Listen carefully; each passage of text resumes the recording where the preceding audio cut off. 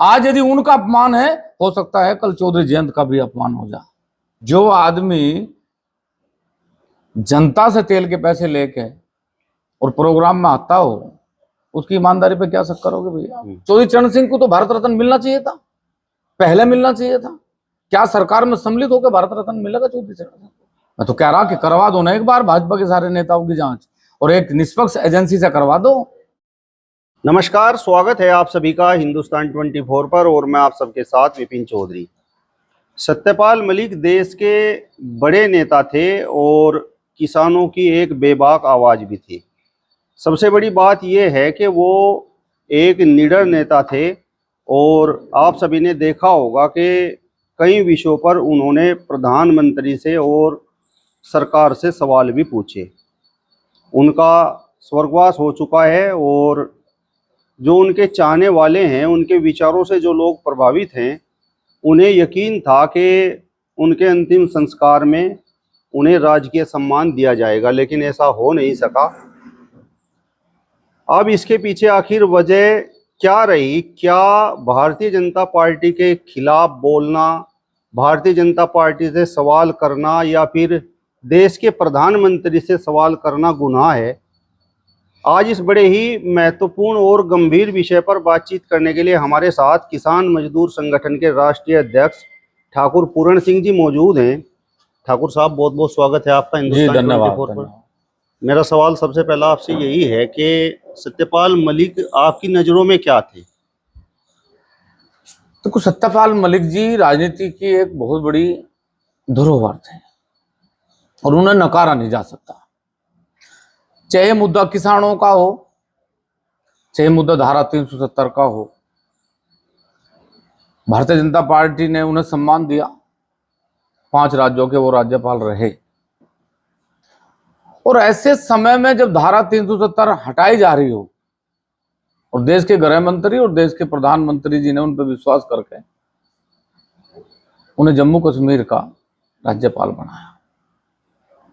ऐसा नहीं कि भाई वो राजनीति में कोई नए खिलाड़ी थे, एक लंबी राजनीति उन्होंने देश के लिए करी और राजनीति भी बहुत स्पष्ट और साफ छवि की करी। भाजपा को उन्होंने अपना परिवार समझा और जब बात बेबाक कहने की आई तो उन्होंने, चाहे भाजपा के सांसद रहे हो, चाहे लोकदल के नेता रहे हो, चाहे भाजपा के सांसद के रूप में काम करने वाले लोग रहे हो, उन्होंने कभी झूठ का सहारा नहीं लिया। सच्ची बात कहने का उन्हें ज्ञान भी था और हौसला भी था। भारतीय जनता पार्टी की आपसी कलह कुछ भी हो सके, लेकिन ये एक गलत परंपरा रही और गलत निर्णय रहा देश के प्रधानमंत्री और गृह मंत्री जी का कि कैसे व्यक्ति जिसने भाजपा के लिए अपना जीवन लगाया हो, ठीक है आपकी आपसी कलह हो सके, आपने उन्हें क्या दिया और उन्होंने आपको क्या दिया, ये विषय नहीं हो सकता। लेकिन एक व्यक्ति इतने बड़े पदों पर रहने के बावजूद भी यदि राजकीय सम्मान से वंचित रहे तो ये देश के नेताओं के लिए घातक है। एक ऐसी नींव है जो हर राजनीतिक लोगों के लिए आने वाले समय में बहुत गलत परिणाम साबित करेगी। कुछ लोगों का कहना यह है कि भारतीय जनता पार्टी ने सत्यपाल मलिक को सम्मान दिया, आपने भी कहा कि उन्हें गवर्नर बनाया, तो सत्यपाल मलिक ने उसी भाजपा के खिलाफ बगावत की, एक तरह से भाजपा की जड़ें खोदने का काम किया। देखो, मैं नहीं मानता कि जड़ें खोदने का काम करा। मैं बार बार एक बात हमेशा कहूं कि इस देश का नाम भाजपा नहीं है, इस देश का नाम कांग्रेस नहीं है, इस देश का नाम भारत है। वो भारत के एक राज्य के राज्यपाल हैं, ना कि भाजपा के राज्यपाल हैं। इस देश में भाजपा की सरकार नहीं है, भारत सरकार है और भारत सरकार में भारत के नेताओं का यह धर्म है, हर एक व्यक्ति का यह धर्म है कि यदि भारत की किसी भी धरोहर को नुकसान पहुंचाया जा, भारत के किसी नेता किसी अधिकारी के द्वारा यदि गलत निर्णय लिया जा, तो उसका धर्म है कि वो बोले। एक संवैधानिक पद पर रहने के बावजूद यदि उन्होंने उन विषयों को उठाया जो उठाने चाहिए थे, तो भाजपा की जड़ कहां खुद की इसमें? यदि भाजपा ये मानती है कि हमारी जड़ खोद रहे सत्यपाल मलिक, तो ये भाजपा की गलत सोच है। उन्होंने एक सही समय पर सही बात कहने का यदि हौसला करा और उन्हें ये दंड मिले उसका कि उन्हें उस सम्मान से वंचित रखा जा कि भाई आपने हमारे खिलाफ बोल दिया, तो उनकी तो सीबीआई जांच हुई। भाजपा से जो सवाल करेगा तो उसका अपमान होगा। वो तो हुआ ना भाई। अपमान आपको क्या अधिकार है करने का? अपमान आपने राज्यपाल इसलिए बनाई क्योंकि आपकी सरकार थी। सरकार किसने बनाई? जनता ने बनाई। आप कहीं ऊपर से तो लेकर आए नहीं सरकार, आपके घर ईवीएम तो रखी नहीं थी। आपने जनता द्वारा, जनता में जाके जनता के द्वारा चुनी हुई सरकार, और उसी सरकार ने राज्यपाल बनाया। तो भाजपा के राज्यपाल नहीं थे वो देश के राज्यपाल थे, एक प्रदेश के राज्यपाल थे। और उनका अपमान करना भारत के, मैं भाजपा के लिए नहीं कह रहा हूं, उनका अपमान करने का मतलब है कि आपने देश की लीडरशिप का अपमान करा। मैं किसी जाति से नहीं जोड़ना चाहता इस व्यवस्था को। मैं कह रहा कि राज्यपाल एक स्वतंत्र संस्था है, और उस व्यवस्था को आज अपमानित करके भारतीय जनता पार्टी यदि ये चाहती है कि इस परंपरा से हम लोगों को लाभ होगा, इससे लाभ नहीं हो सकता। इससे नुकसान हुआ देश को, देश की लीडरशिप को। ये परंपरा है। ईर्षा तू क्यों ना गई मेरे मन से, रामधारी सिंह दिनकर का एक पार्ट है कि ईर्षा तू क्यों ना गई मेरे मन से। तो मतलब इतने वर्षों के बाद भी यदि वो आज रामधारी सिंह दिन का शब्द भारतीय जनता पार्टी के नेताओं ने जाहिर करके दिखाया कि हमारे अंदर ईर्षा है, कि हमारे खिलाफ यदि कोई बोल लगा तो उसका सम्मान हम इतना भी नहीं कर पाएंगे जितना सम्मान हमें करना चाहिए था। आप तो पूरे देश में घूमकर किसानों के लिए संघर्ष करते हैं, किसानों के मुद्दे पर आप भी बड़े बेबाक होकर बोलते हैं। तो एक किसान नेता होने के नाते, क्योंकि सत्यपाल मलिक भी किसानों के लिए बोलते रहे, तो इस अपमान पर आपको कितना दुख हुआ? देखो, दुख की तो मैं एक बात आपको बताऊं कि जब भी कोई सच्ची लीडरशिप देश में काम करे, कोई भी सच्ची लीडरशिप, और जब उसका इस तरीके से अपमान हो, तो हर व्यक्ति को दर्द है। हर व्यक्ति तक कैमरा नहीं पहुंच सकता, हर व्यक्ति तक समाचार पत्र नहीं पहुंच सकते, लेकिन उन्हें इस बात का हमेशा दुख है और हमेशा दुख रहेगा। क्या ये नजरअंदाज कर दिया जाए देश में कि तात्या टोपे, खुदीराम बोस, मदन लाल ढींगरा जैसे परिवारों के लोगों ने देश आजाद होने के बाद देश में चाय बेची और उन्हें देश में सम्मान नहीं मिल पाया? तो क्या देश का क्रांतिकारी या देश का किसान सिर्फ सरकार बनाने के लिए देश में है? वो सिर्फ वोटर है, उसे सम्मान नहीं मिलेगा कभी? भारत का सबसे बड़ा सम्मान है भारत रत्न, और भारत रत्न किसको दिया आपने? क्या भारत रत्न तब दोगे आप जब आपकी सरकार होगी, और उन्हें दोगे जो सरकार में होंगे या सरकार में सम्मिलित होंगे तो भारत रत्न मिलेगा। फिर भारत रत्न की वैल्यू क्या है? मतलब ये बात आप जयंत चौधरी के लिए बोल रहे हैं? मैं जयंत चौधरी के लिए नहीं बोल रहा, मैं आडवाणी जी के लिए बोल रहा हूं। आपकी सरकार होगी और आपकी सरकार में सम्मिलित होंगे। चौधरी चरण सिंह को तो भारत रत्न मिलना चाहिए था, पहले मिलना चाहिए था। क्या सरकार में सम्मिलित होकर भारत रत्न मिलेगा चौधरी चरण सिंह को? भारत रत्न तो चौधरी महेंद्र सिंह टिकैत को मिलना चाहिए था। आप नहीं दे रहे ना, आपका हिस्सा नहीं है। आपका हिस्सा होगा तो आप दोगे, और आपका हिस्सा नहीं होगा तो आप अपमान करोगे। ये भाजपा के लिए नहीं कह रहा हूं मैं, ये देश की राजनीति का एक ऐसा पहलू है जिसे आज छेड़ दिया गया, और छेड़ दिया तो वो अब घाव है, हो सकता है कि नासूर बने। ये गलत परंपरा है। वो महामहिम राज्यपाल रहे, उन्हें राजकीय सम्मान मिलना चाहिए था। ये ठाकुर पूरन सिंह नहीं, देश का हर एक व्यक्ति कह सकता है कि उन्हें सम्मान में, वो आपसी कलह है ना भाजपा की और सत्यपाल मलिक जी की आपसी कलह हो सकती है, लेकिन उनके वर्चस्व को या उनकी व्यवस्था को आप नकार के, और मैं तो कह रहा चलो उसे भी छोड़ दो, आप राजकीय सम्मान नहीं दिया आपने तो देश का अपमान करा आपने, लेकिन भारतीय जनता पार्टी का एक लीडर नहीं पहुंचा। किस परंपरा की ओर ले जा रहे भाई आप राजनीति को? क्या चाहते हैं आप राजनीति में? आप गृह कलेश करवाना, मतलब ये लड़ाई होगी सास की और बहू की? इतने देश की परंपरा, इतना बड़ा देश, 145 करोड़ लोगों के देश में, जहां आपको चुन के सरकार बनाते हो और उसी देश में आप इस प्रकार की घटना को अंजाम देते हो कि एक सम्मानित व्यक्ति को भी सम्मान न मिलता हो, तो आम आदमी की क्या कदर होगी? इसलिए मेरा सरकार से निवेदन है कि सहज है माया त्यागणी और सहज है त्यागना तिर्या मोह, और मान बढ़ाई ईर्षा ये त्यागने दुर्लभ हो। सरकारों पर, नेताओं पर मान बढ़ाई और ईर्षा त्याग नहीं रही, उसी मान बढ़ाई और ईर्षा की भेंट चढ़े महामहिम सत्यपाल सिंह। ठाकुर साहब, चूंकि सत्यपाल मलिक जाट समाज से थे और मैं बागपत साइड में उनके स्वर्गवास के बाद जाटों से मेरी मुलाकात भी हुई, तो उनके अंदर बड़ा रोष है।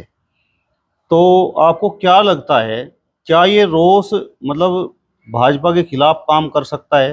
मतलब जाट भाजपा के खिलाफ जा सकता है? देखो, मेरा ये सवाल ही नहीं है तो साहब, मेरा ये सवाल ही नहीं है कि जाट को भाजपा में जाना चाहिए, कांग्रेस में जाना चाहिए, लोकदल में जाना, मेरा सवाल ही नहीं है। देश आजाद है, जहां जिसका मन करे उसे जाना चाहिए। मेरा राजनीति से सवाल ही नहीं है।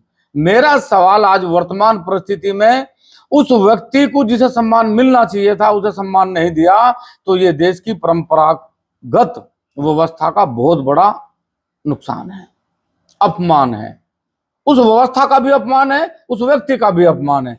मेरा मतलब थोड़ी कि भाई जाट समाज को कहां जाना चाहिए। नहीं, मैंने आपसे सवाल ये इसलिए किया क्योंकि ये बात कही जाती है कि जाट सम्मान को तो भूल सकता है लेकिन अपमान को नहीं भूल सकता। और जहां पर आप रहे हैं राकेश टिकैत, नरेश टिकैत के पास, तो जाति तो उनकी भी जाट है।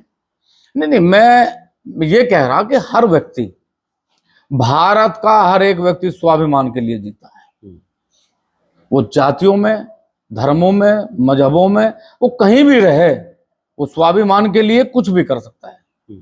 यहाँ जितनी एक आर्मी के जवान की तनख्वाह है उससे 4 गुना तनख्वाह प्राइमरी के मास्टर की है, और प्राइमरी के मास्टर को पढ़ाना है और जवान को बॉर्डर पर खड़ा होकर देश की सुरक्षा करनी है। वो पैसे के लिए देश की सुरक्षा नहीं करता, स्वाभिमान के लिए देश की सुरक्षा करता है।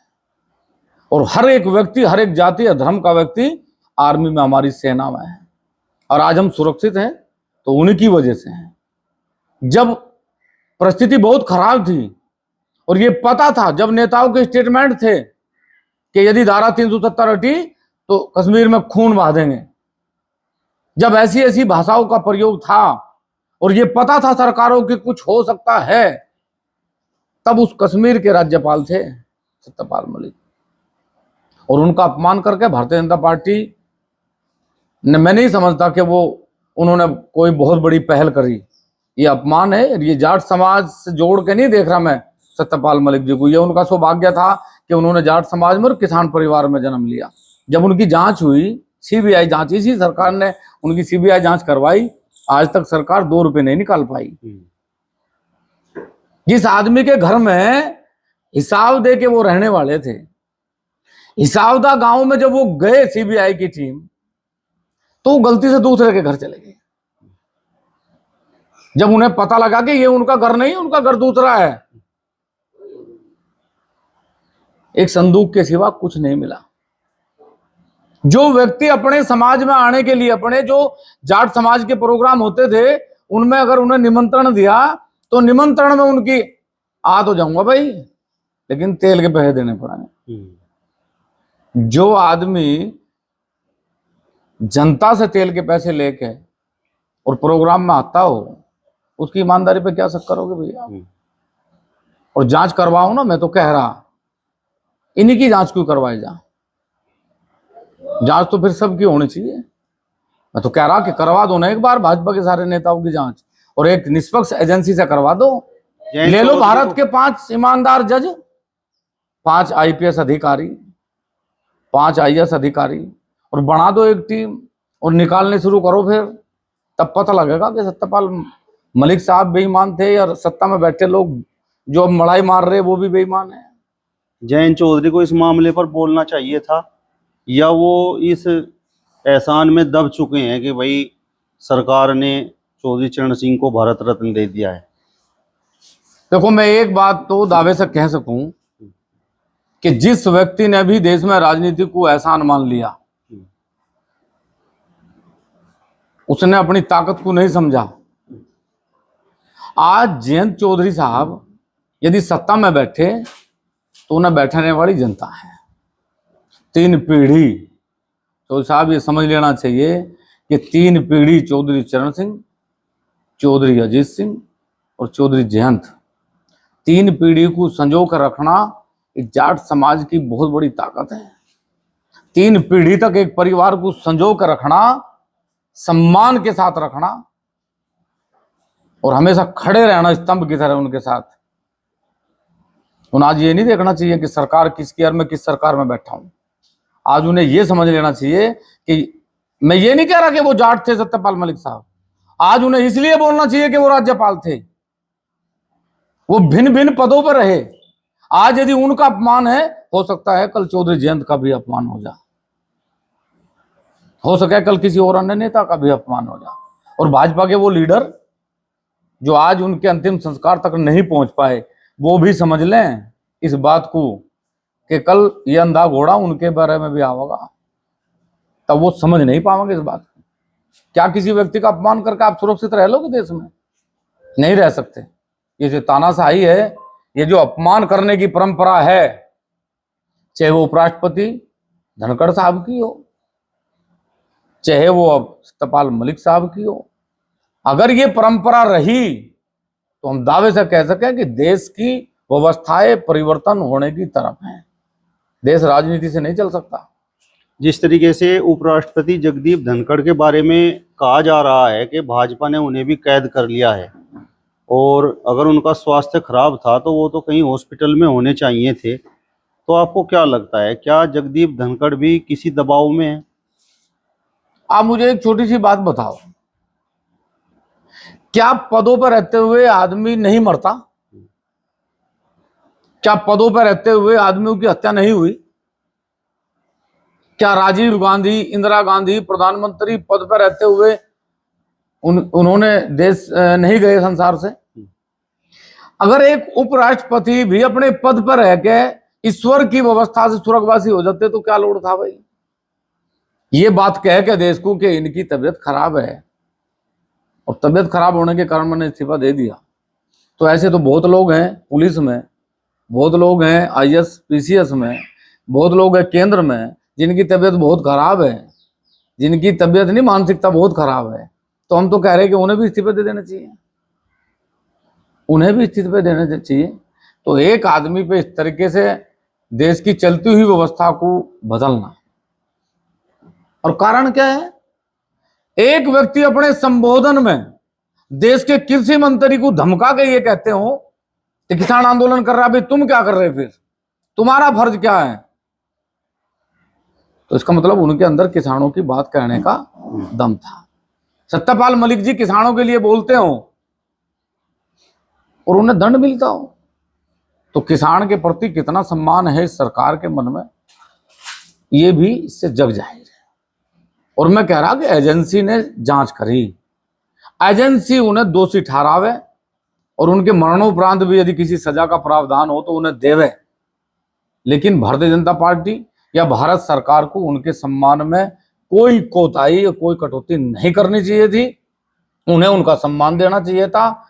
मरने के बाद तो भारत की कल्चर है कि मरने के बाद हमारी सभी गिले शिकवे खत्म हो जाए। जो आदमी चला गया वो ईश्वर के श्री चरणों में परमात्मा उन्हें स्थान दे और उन्हें हम सब लोगों को भी उस दुख सहन को करने की शक्ति प्रदान करे। लेकिन ये भारतीय जनता पार्टी ने जो नई परंपरा डाली, ये सरासर गलत है, ये पाप है। चलिए, तो किसान मजदूर संगठन के राष्ट्रीय अध्यक्ष ठाकुर पूर्ण सिंह जी को आपने सुना। फिलहाल इस वीडियो में बस इतना ही। अगली वीडियो में फिर आपसे मुलाकात होगी, तब तक बने रहिए हिंदुस्तान 24 के साथ। नमस्कार।